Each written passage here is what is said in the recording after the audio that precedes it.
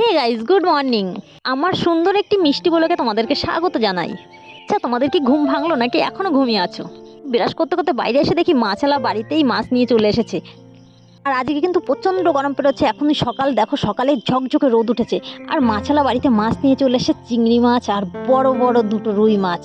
আর আমিও মাছ নেওয়ার জন্য রেডি হয়ে গেছি। তো মাছ তো একা নিতে পারবো না, অত বড় একটা মাছ, তো সেই কারণে তিনটে ভাগ হয়েছে একটা মাছ, বুঝতে পারছো, একটা রুই মাছ তিনটে ভাগ হয়েছে। তো এই যে যে দাঁড়িয়ে আছে উনি একটা ভাগ নেবে, আর আমি নেব লেজের দিকটা, কারণ আমি পেটির মাছ পছন্দ করি না বা খাই না। তো সেই কারণে আমি নেব হচ্ছে লেজের দিকের। তাই লেজের দিকের মাছটা আমার জন্য রেখে দিয়েছে। আর এই দিকে দেখো চিংড়ি মাছ আছে, চিংড়ি মাছও নিয়ে নেবো খানিকটা, আর খানিকটা রুই মাছ কেটে দিচ্ছে। তো কেটে কুটে একদম পুরো পরিষ্কার করে কল থেকেই ঘরে নিয়ে চলে যাব, তারপরে রান্নার ব্যবস্থা হবে। আর এই দিকে দেখো পুরো ঝকঝক করছে রোদে, একদম চারিদিকটা পুরো রোদ। যাই হোক, সকাল সকাল যদি এরকম মাছ পেয়ে যায় তো রান্না করতে খুবই সুবিধা হয়, যে বাজারে গিয়ে চিন্তা করতে হয় না যে কি মাছ পাবো না না পাবো। আর বাড়িতে যদি এসে যায় তখনই আমাদের চিন্তা হয়ে যায় যে কোনটা দিয়ে কি রান্না করব না করব।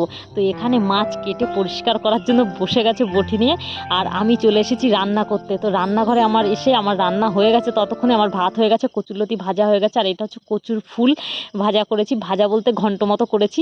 তো এই যে কচুর ফুলটা, এটা কিন্তু আমার খুব প্রিয় একটা খাবার, খুব প্রিয়। আর এখানে কচুরলতি, আর এখানে দেখো রাজমার ডাল রান্না করেছিলাম, তো সেটা রয়েছে। আর এখানে হচ্ছে এই যে রুই মাছ, কারণ আমার পরিবারে তো লোক কম, তোমরা জানোই। এখানে 2 পিস মাছ নিয়েছে, মাথাটা নিয়েছি। আর এই দিকে দেখো বিল্লিগুলো, ওদের মাছের থেকে বেশি পছন্দ দুধ, তাই ওদের উৎপাত থেকে বাঁচার জন্য এক বাটি দুধ দিয়ে বসিয়ে দিয়েছি খেতে, যে কতক্ষণে খেতে পারে দেখি ওদের দুধ। তো যতক্ষণ না দুধ থাকবে বাটিতে ততক্ষণ একটু উৎপাতটা মানে দুষ্টামিটা কম করবে, আমার কাছে কম যাবে। দুধ যতক্ষণ থাকবে খেতেই থাকবে ওরা।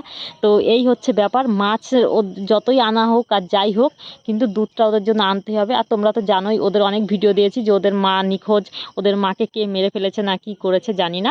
এখন ওদের মা এবং বাবা দুটোই আমি। তো এখন যাব পুকুর পাড়ে। এই দেখো এঁচোড়টাকে কেটে নিয়েছি, এখন বাড়ির দিকে নিয়ে যাই, এঁচোড়টা রান্না করব। এই যে এই গাছ থেকে কাটলাম। এখন কিন্তু সব কাঁঠাল হয়ে গেছে, কারণ জ্যৈষ্ঠ মাস পাকার টাইম হয়ে গেছে। আর এইটা না অনেক লাস্টের দিকে বেরিয়েছে বলে এইটা আমি কেটে নিলাম।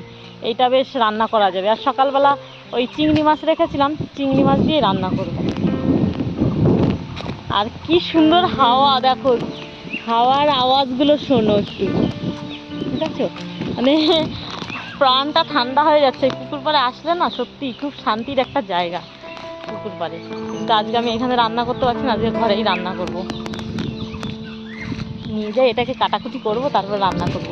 আর এইদিকে আমি ঘরে এসে দেখি বিল্লি বাচ্চাগুলো মহা আনন্দে ঘর ফাঁকা পেয়ে ওদের মতো ঘর মনে হচ্ছে নিজেরা দখল করে নিয়েছে আর খেলছে। দেখো এই ব্যাগটাও পেয়ে, যে ব্যাগটার উপরে উঠে বসেছে সব কটা মিলে।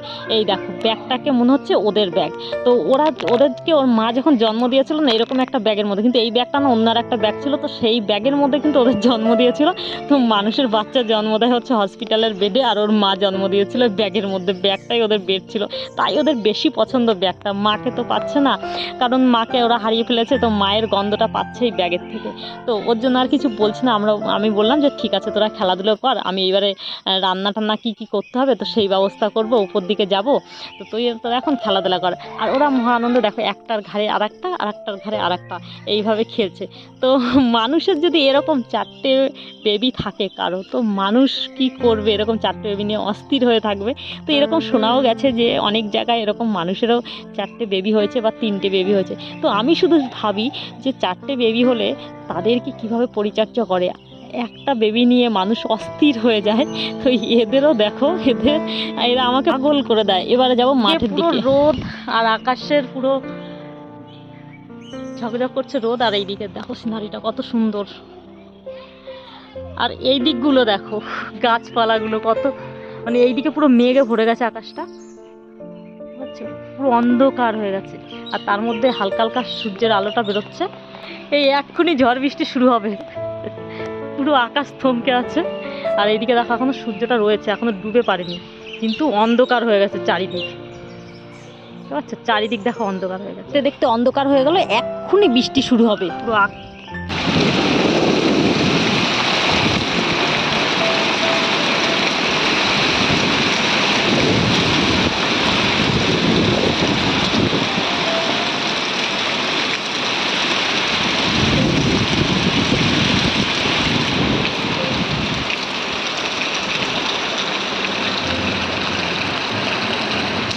এই বৃষ্টিটা এসে একদম মন প্রাণ ঠান্ডা করে দিয়ে গেল।